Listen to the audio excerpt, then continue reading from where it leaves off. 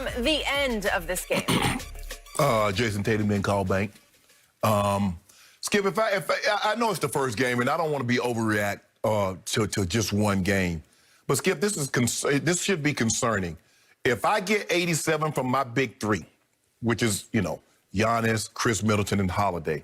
Giannis was 35 and 13. Middleton was 27 and 14, and Holiday was 25 and 6. So I got 87 points, 33 rebounds. I shot 14, made 14 threes. I was better from the floor. I out-rebounded this smallest Celtics team by 15, and I still lost. Skip, not for one second. When Giannis went to the line, Skip, not for 1 second did I thought this game was going to overtime. Now, for 1 second, I was like, oh, man, Giannis got his thing.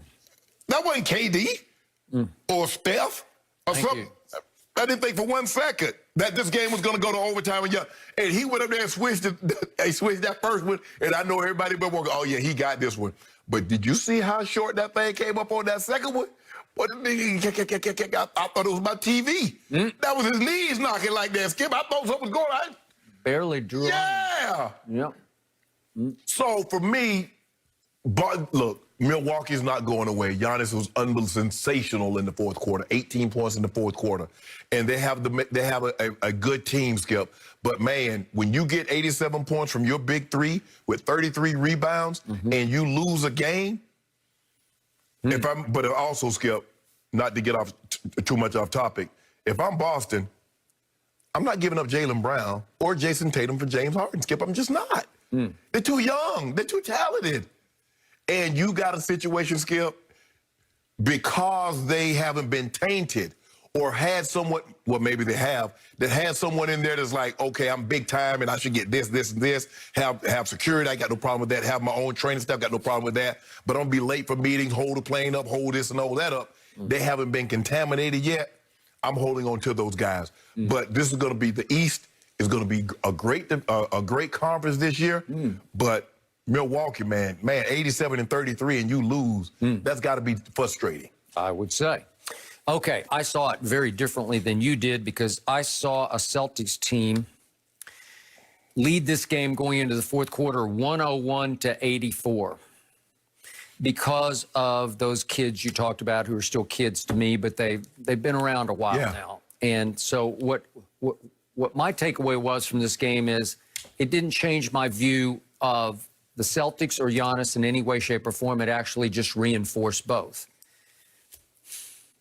I still don't see Jayson Tatum as a superstar, as that guy who can do that thing when you need it done. I don't see killer will. I don't see supreme clutchness from any of the younger Celtic stars. They're stars, but they're not superstars. They're coming, Skip. Okay, but the only one I say has got that dog in him is Marcus Smart, who happened to play 38 minutes last night and go 0 for 3 from the field. So he's got the makeup. He has the intangibles. He just doesn't have enough tangibles to go with the intangibles, right? Okay.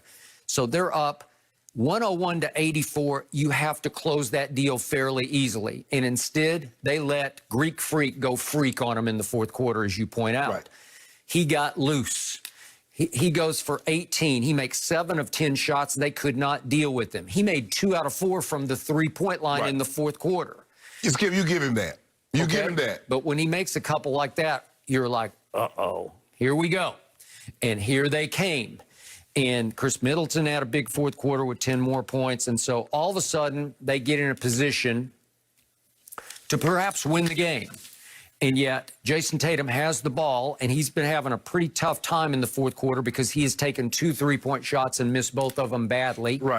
And to your point, he missed this one badly because Giannis was all over him with that length of his. He lunges at him and makes him change his shot in sort of mid-shot, and he misses this thing by 3 feet left. And he misses it high off the glass, but it's so high off the glass, it drops straight through the bucket. He did not call glass. The bank just happened to be open, and he stumbled into the bank and took away a big deposit because it looked like that was the game winner, and it did prove to be the game winner, right? Okay, now let's go to Giannis. I felt like ball don't lie, because as lucky as that shot was, Giannis got a call that you shouldn't get at the end of a game. It's like a Hail Mary pass into the end zone at the end of an NFL game. You just let them play. Right. You don't call anything. Nobody calls anything. Right. And Tristan Thompson did impede him with his right arm. He sort of elbowed into him a little bit. Here it is. I don't know. I don't see it, but they gave Giannis this call. He pushed him a little bit right there, but the ball was already gone. I don't know. I don't see it. I wouldn't have called it. But he got the quote-unquote makeup call because obviously Jayson didn't call bank. So ball didn't lie. Ball said, okay, Giannis, we give you a reprieve. We send you to the free throw line. And the first guy I thought of was your man, LeBron James. He'd have made both of them. This is his worst nightmare. He'd have made both of them. Standing there all alone at the free throw line. You're completely solo. You have no help. You have no excuse. It's just you and the rim from 15 feet away. And it's going to be sink or swim. And you better sink both of them to go to overtime. And I do not believe LeBron would have made those free throws, because he is the worst superstar late game, close game free throw shooter in history. And as I told you the other day... You know what? You're probably right. In a situation like that, because it's not the playoffs. We need it to be magnified. We need to be times 10. Okay. I told you the other day that since he's come into the league in that situation, late game, close game, he's missed 15 free throws. He's 21 of 36, which is just horrible. These are game closers. Hold up. How we get on LeBron? We talking about Giannis. Well, I was just saying, you said he would have made those, but I don't think he would have made those. And by the way, he has 15 misses. That's 7 more than the next on the list, J.R. Smith. So the point is, Giannis and LeBron both have one, to me, sort of quote-unquote fatal flaw as far as greatness is concerned, and that is you have to make clutch late free throws. All the great ones could make their free throws in the beginning of the game or the end of the game. And they're both... Giannis is a career 72% free throw shooter, but his problem is the last 4 years in a row, he has sunk in free throw percentage. Yeah. He had 77% 4 years ago, which is, okay, here we go. That'll work. Yeah. And all of a sudden, he dipped all the way to 63% last year. LeBron is a 73% career, which is not bad, but he was 69% last year. Not good. Not up to his standards as you call him the GOAT. Right. Okay, so here comes Giannis.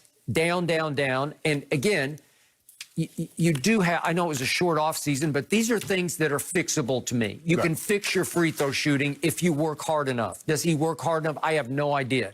Do you if you need some sort of shot doctor counseling, if you need some sort of therapy on your free throw shooting, if you need an analyst to help you with your concentration or your routine as you set up. But there was no way he was going to make the second free throw, and he almost airballed it. Well, Skip, I think the thing is, because there's so much for him to work on his shot, he's got to get a mid-range. He's got to get better from the three. He's got to get better at posting up. And so he got to get better at the free throw. So normally, guys, they're pretty good at a lot of different things, and they don't have to work on everything. They pick one particular thing and work extensively on that. But because he's deficient in so many offensive areas, Skip, what the hell is he going to just work on?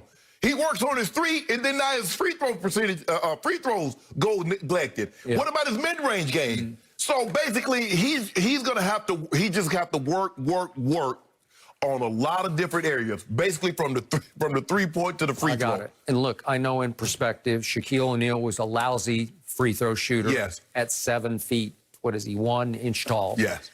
And we know Dwight has struggled notoriously from the free throw line. We can go back to Wilt Chamberlain and all the really tall guys. Yeah. So I'll put Giannis in that category, even though he's not quite set with, what do we call him, 6'11"? Yeah, 6'11", yeah.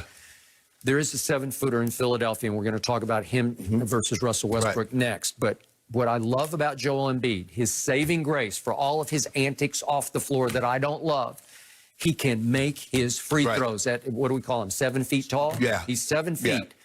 2 years ago, he shot 80%. Last year, he upped it to 81%. And last night in their opener, he made 8 out of 9. He is really good because it looks right from the free throw line. He has a nice form and touch. Normally, as the guys get bigger, the free throw percentage come down. It's an anomaly. You know, Kareem was a good free throw shooter. Yao Ming was an excellent free throw shooter. But normally, the bigger guys, maybe their hands are too big or whatever it is, Skip, their form They just struggle from the free throw line. Okay, and that could be LeBron also. Hands are just too big, and you can't quite get the right feel and motion. Well, Kawhi making his free throw, but that's okay. He does. He but makes them. He's 85%. But you need to leave LeBron out of this. LeBron, LeBron would have.